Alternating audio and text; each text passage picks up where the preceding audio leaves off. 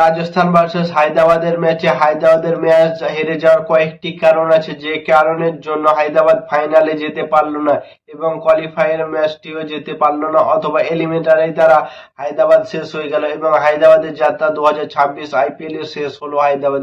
হায়দ্রাবাদের মতো টিম, মানে ভাবো তাদের কাছে কার কমতি আছে। অভিষেক শর্মা, ট্রেভিস হেড, ঈশান কিষান, হেনরি ক্লাসেন, এই চারজন ব্যাটিং প্রায় 500-র উপরে রান করেছে প্রত্যেকটা ব্যাটিং। এত ঝোড়ো ইনিংস খেলার ব্যাটিং থাকা সত্ত্বেও হায়দ্রাবাদ কিভাবে কোয়ালিফাই থেকে চলে গেল, কোয়ালিফাইয়ে এক ধাপে শেষ হয়ে গেল, কোয়ালিফাই থেকে তারা এলিমিনেট হয়ে গেল, কিভাবে তারা হায়দ্রাবাদ হেরে গেল, আজকের ভিডিওতে আলোচনা করব। আজকের ম্যাচের যদি সত্যি কথা বলতে যাই তো আজকের ম্যাচের উইনার ছিল বৈভব অরোরা। আজকের ম্যাচে রাজস্থান জিতেনি, আজকের ম্যাচ জিতেছে বৈভব সূর্যবংশী। বৈভব সূর্যবংশী এত দুর্দান্ত মেজাজে ঝোড়ো ইনিংস খেলে যে কিছু বলার নেই। সে ক্রিস গেলের রেকর্ড ভেঙে দিয়েছে, 30 বলের রেকর্ডটাও প্রায় অলমোস্ট ভেঙে দিয়েছিল। 28 বলে 97 রানের একটা ঝোড়ো ইনিংস খেলে এবং 29 নাম্বার বলে সে ক্যাচ আউট হয়ে যায়। কিছু বলার নেই, এত ঝোড়ো ইনিংস খেলে সেই 15 বছরের বালক। তো আজকের ম্যাচের উইনার বলতে পারি আমি বৈভব সূর্যবংশী, এবং তাকে স্যালুট জানাই আমরা সবাই মিলে, যে 15 বছরের বয়সে কি করতে পারে সেটা জানিয়ে দিয়েছে সবাইকে বৈভব সূর্যবংশী। তারপরে যদি বলি রিয়ান পরাগ খেলেছে, ধুপজুড়েল, এরা ঠিকঠাক ভাবে খেলেছে এবং জয়সওয়াল খেলেনি ঠিকঠাক ভাবে। জয়সওয়াল 29 বলে 29 করেছে। জয়সওয়াল কি করতে পারে আমরা সবাই জানি, কিন্তু জয়সওয়াল আমার মনে হয় যে বৈভব সূর্যবংশীর জন্য রান করেনি।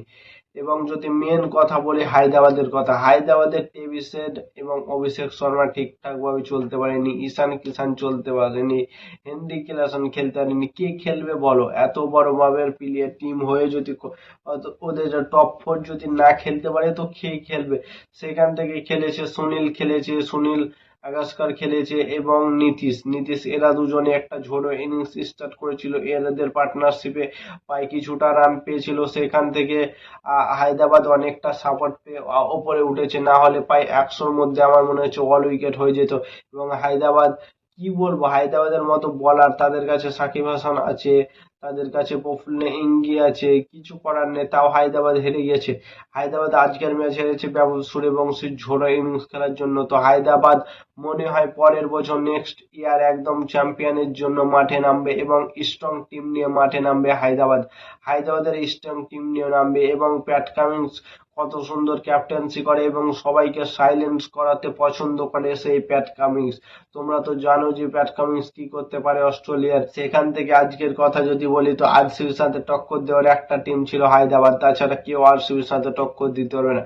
ফাইনাল আমার মনে হয় হতে চলেছে রাজস্থান অথবা গুজরাট ভার্সেস আরসিবির মধ্যে পরের ম্যাচটি হবে। তো সেখান থেকে দেখা যাবে। এবং হায়দ্রাবাদ কয়েকটি ভুল করেছে, সেই ভুলগুলো শুধরে এলে 2027 আইপিএল এ তারা ফাইনালে গিয়ে ফাইনাল খেলতে পারবে এবং চ্যাম্পিয়নও হতে পারবে। তাদের মেন ভুল হচ্ছে বলার, তাদের কাছে ভালো পেস বলার নেই, ইন্ডিয়ান পেস বলার নেই যে বলারটা দিয়ে তারা কাজ চালাতে পারবে। হায়দ্রাবাদ তারা আছে সাকিবুল হাসান, আনক্যাপ প্লেয়ার, তারা একটা ম্যাচে খেলছে, একটা ম্যাচে ঠিকঠাক ভাবে খেলছে না। সেই দিক থেকে তারা বলার কিনে আনবে মাঠে। এবং ব্যাটিং লাইন আপ ঝোড়ো ইনিংস আছে। নীতিশ তো কত দুর্দান্ত মেজাজে করছে তোমরা সবাই জানো। তো হায়দ্রাবাদের কথা আর কিছু বলার নেই। হায়দ্রাবাদের রিটেন লিস্টের ভিডিও চলে আসতে চলেছে। ও আইপিএল এবং ক্রিকেটের নতুন ভিডিও দেখতে হলে চ্যানেলটাকে সাবস্ক্রাইব এবং ফলো করে দাও। ততক্ষণের জন্য টাটা, বাই বাই, জয় হিন্দ।